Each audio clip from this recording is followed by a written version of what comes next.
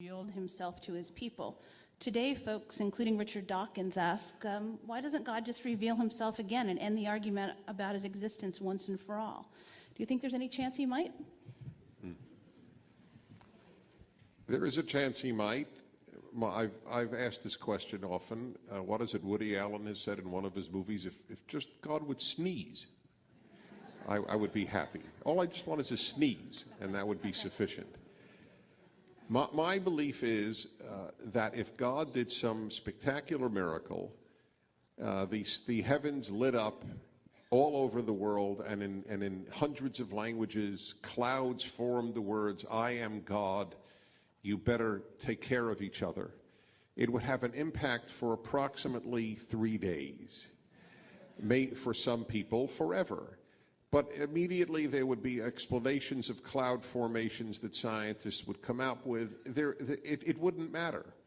That's the brilliance of the story, to my mind, at any rate, in the Bible, and where the Jews are shown all these miracles and then end up building a golden calf anyway. I mean, shortly after, the sea was split, and they still built a golden calf.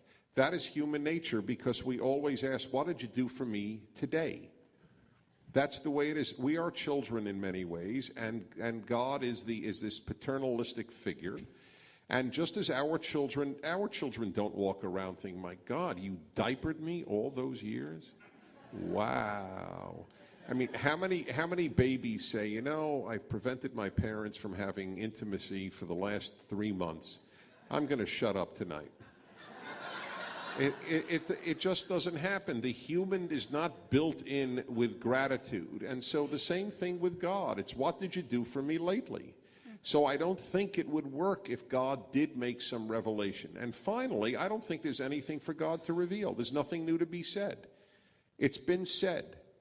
There's nothing new to be said. It is our task. There is an instruction manual that I believe in, and if you follow it, generally speaking, people are kinder. And if you don't follow it, or you pervert it, then obviously bad happens. But I don't know, what is God going to add today? What exactly? Don't abuse children? Don't build gas chambers? What hasn't been said? It's been said. It's our task to say either I will live by it or not. But that's my answer to that question. Actually, there is nothing against child abuse or genocide in the Ten Commandments, since you happen to mention this. Well, there is. There's do not murder. There is. Murder means the immoral killing of an innocent. So there is, in fact, a prescription. There's nothing for child abuse and nothing against genocide. Well, genocide is about to be recommended against the Amalekites only a few pages later.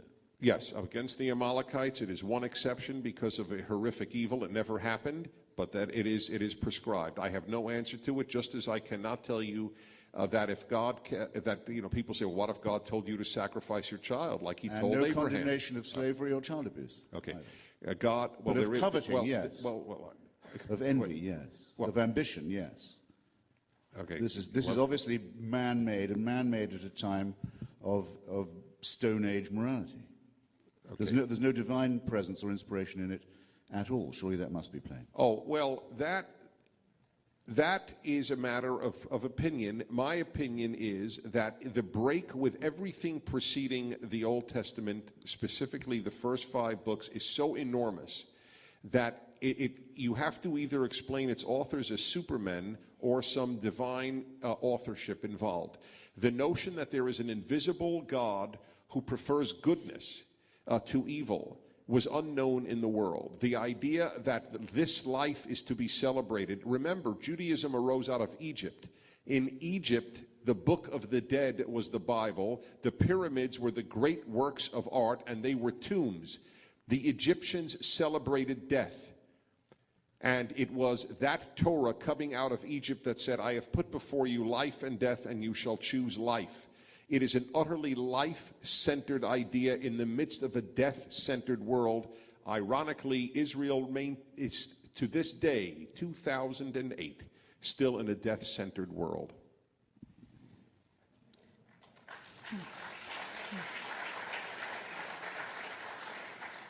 Question from Mr. Hitchens.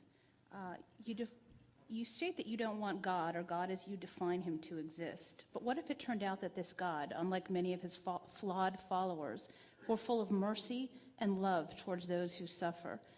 The God of the prodigal son, be it the parable, the painting, or the book. Would that be a God you could accept? No, because let me say what I think about the underlay of that question, which is people trying to design the sort of God they would like. This is a part of the religious cafeteria of which I'm so critical. The God, if he exists, does not owe me an explanation.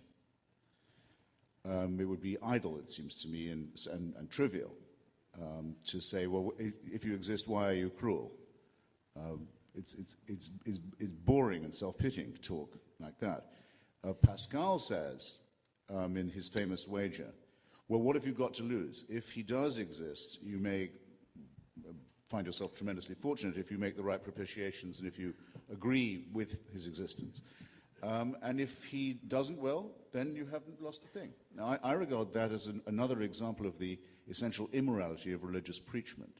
That seems to me a hucksterish thing to be saying on Pascal's part.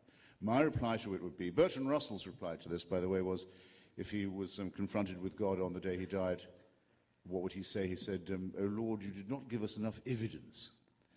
A bit dry. I think I would say, if I had my chance at Pascal's bat, I would say, well, if your reputation, sir, because it appears to be, sir, or Lord, is as I understand it to be, it might be that you would look more kindly upon someone who would not pretend to believe you in the hope of a reward or the fear of a punishment.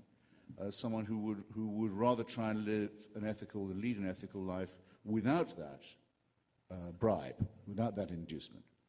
And that I might in that way perhaps earn the credit of this very dubious character. But you see, even to talk like this is surely to make ourselves realize that no grown-up can really allow themselves to think this way. We are responsible ourselves for how we treat others.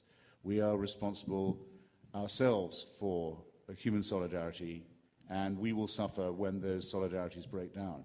And we have a great interest as well as a great need to keep human dignity and decency alive for its own sake. Not because we fear not because we fear hell or wish for heaven or desire any of these other sorts of primitive fear or inducement. May I have a brief response? God is in the Abrahamic tradition, and in fact, I think for all the major religions, an immaterial being. And there is something inherently ridiculous in demanding a material proof of an immaterial being. You have to ask, what is the kind of evidence that would convince me? So, for example, gravity is immaterial. Now, not the effects of gravity. If I jump out of a tall tower, I plummet to the ground. But that's me. Gravity is the law describing what I did. Where do we find gravity? We infer it from its effects. So the question is, we have here a universe. It had a beginning.